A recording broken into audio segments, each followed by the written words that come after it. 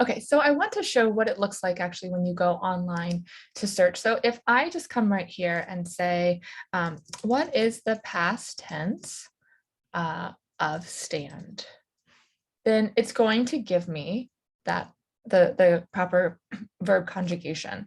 So this is demonstrating what I was sharing about going online and figuring out what the past tense is of the word. So another one was sweep. The lady is sweeping. So what is the past tense of sweep? Well, we get swept. Okay, and just to show you one that can be a little tricky. Sometimes there are actually two. There are two past tense versions. And so that is something just important to share with students that yes, English is such a tricky language and there's lots of fun influences from so many rich languages. And that's why English is such a combo and hodgepodge of so many different rules. So when we share with students, though, that that there are all of these interesting rules and combinations, then it really helps them feel empowered and learn how to go and find answers on their own instead of constantly coming to you as a parent or as a teacher. So let's keep going here with our presentation here on HPOP. And so as we finish up on our adding of the verbs, then what I'd like us to do one more time is to write out loud. And part of this is the recursive nature of it, that we're repeating the phrases over and over with a little bit more each day to just help our children learn these new and exciting words. And also it's building their writing capacity to hold on to these rich phrases. So let's go around and read what we have. We'll start at the bottom this time. A clean mat, the wooden table stood. The yellow curtains flapped. The old red barn stood. Her muddy cat walked. The busy lady swept. Her useful broom swished. Fantastic. So the final step is creating sentences. And this is something that can take a couple days to do because we're going to practice orally as well as writing just a sentence. This is not looking for a paragraph by any means. We want to keep this short and impactful and enjoyable. And that means that we aren't going to write more than one sentence in terms of what we expect our students or our children to do. We will give them lots of options and opportunities to try out different ones, but ultimately we only want them to write one sentence, their favorite sentence, the most powerful sentence they can think of.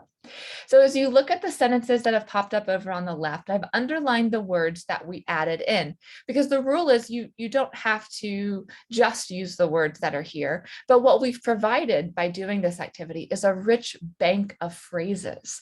And this is so powerful for students and our children because they can pull not just one word, but a whole phrase. Maybe it's the adjective, noun, and verb. Maybe it's just the adjective and noun, but they can pull them into sentences and have the richness to the sentence because we've already given them these building blocks to creating a great one.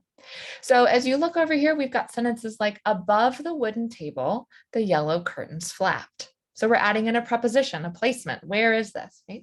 As her muddy cat walked, the busy lady swept. So as is a transitional word that helps us know something that's happening simultaneously. And so it's a wonderful way of building a really complex sentence structure by literally adding one word to the beginning of two phrases from our HPOP picture. And then the last one I'd like to point out is just the bottom one. The old red barn stood where? So again, a preposition, but this time we're adding a whole prepositional phrase on a rolling hill.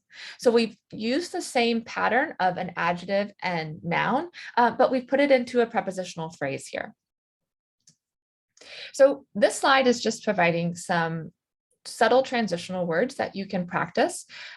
As, when, while, once, and after are all fantastic transitional words to learn and to use to create these nice phrases at the beginning of our sentences. And then I've just given the somewhat of the structure that will work most of the time, the adjective, noun, verb combination, but please feel free. If the verb doesn't fit, don't put it in there. Or if you want to change out the adjective, that's totally fine. There are not rigid rules here, but it's just an opportunity to experiment and explore. Here are a few more sentence structures to share. So we've got where in there in terms of prepositions. So you can add that into your sentences, but really just sticking with this particular format for a while is going to provide your children such rich sentences. And if you do this as a family, I really encourage everyone to go around and try out different sentences and play around with it. And it's okay if they don't make sense. If we go back to this one, which I'll let this pop up again since it's animated that way, but if I said, her muddy cat walked as the wooden table stood, it works, but it's not the most exciting sentence. Or the wooden table stood as the useful broom swished. I just don't think stood is that powerful of a verb. And so I don't know if I like either one of those sentences. So I'm going to model that I'm just going to keep going. So maybe I'll say something like, oh, the yellow curtains flapped as the busy lady swept. I wonder if I could change that around. If I said, as the busy lady swept, oh, with her useful broom, the yellow curtains flapped. Okay. So just play around with the phrases. Let it be a family affair where you get to figure out all of the rich sentences that you can put together.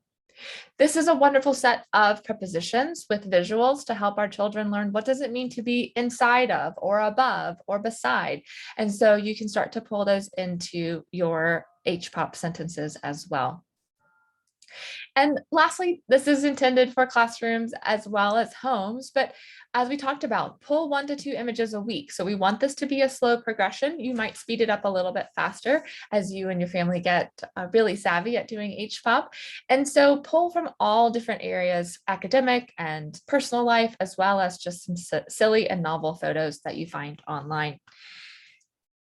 And it's nice to come back to some of the same visuals. So that's one of the extensions here, is to come back to the same picture that you did a while back and relabel it. And what can we add? What new language can we build on? What richness do we now have that we can add to this picture that we didn't have the first time that we did it? And you can also reorder the steps. So we typically always start with nouns, but after that, you could go to verbs next. You could go to prepositional phrases. You can bring in other parts of speech. So there's a lot of extensions you can do here. So other parts of speech particularly would be adverbs and prepositions. Those are the 2 additional ones that we typically pull in. And so here's an example of that same picture that was HPOP'd later in the year. And you can notice that we do have adverbs with the verbs. So they're both in blue, because sometimes I really like to challenge students that if you can say they walked quietly, what's a stronger verb, right? Instead of just saying they walked quietly, why don't we say tiptoed, right? Or crept? And then it becomes a much stronger word rather than just adding in an adverb. So I appreciate adverbs, but I'm always an advocate of finding the stronger verb if one exists. And then in the green, we have our prepositional phrases. And so you can see the brilliant sentences on the left that are coming from this. So above the dirty rug, the fragrant flowers decorated the copper brown table. Or as the striped cat meandered by the hardworking lady, the tall grass gently waved on the hillside.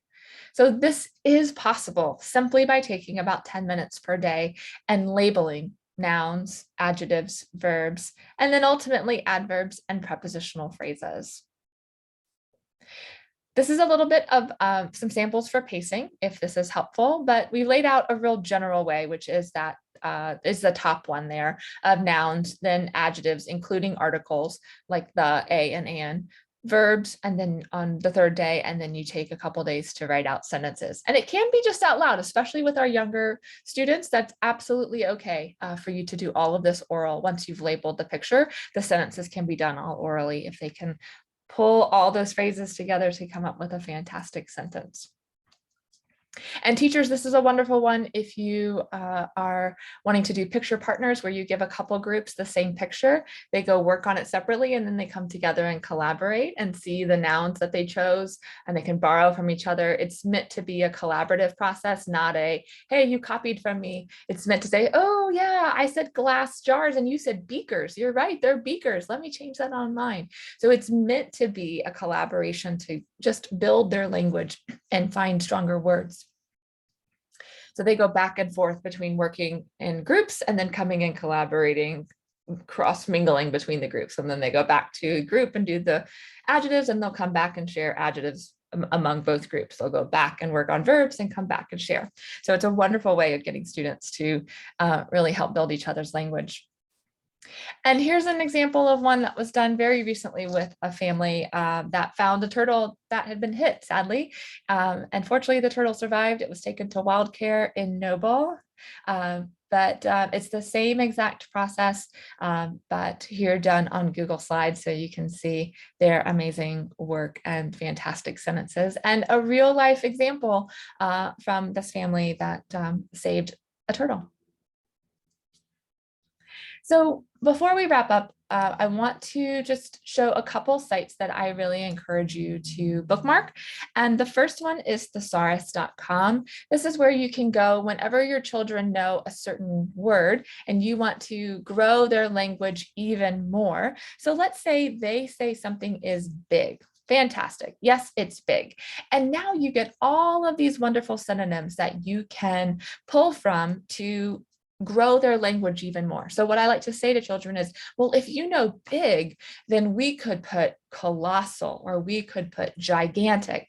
And so you'll still want to make sure that you're going through and choosing ones that are appropriate, because that, let's face it, some of these words on here would be offensive, used in certain contexts. And that's the tricky part of synonyms. We will do another session on synonyms and what's needed to make sure we choose the right ones, because they are not words that mean the same thing, right? If they did, we wouldn't have all of these word choices here. But you can select and give your children a couple choices, and that is a wonderful way of growing their vocabulary. The other quick tip is anytime there's colors being used, I'd like you to type in shades of, and then whatever the color is. So let's just do shades of purple for fun. And you're going to get all these fun ideas here. And if you just click on any of these image examples, you'll find some great color words that you can pull in. So it's grape purple, or it's jam purple, or it's orchid purple. What a beautiful phrase. So instead of just saying the purple shirt, now they can say the orchid purple shirt. And that alone transforms the quality of our writing.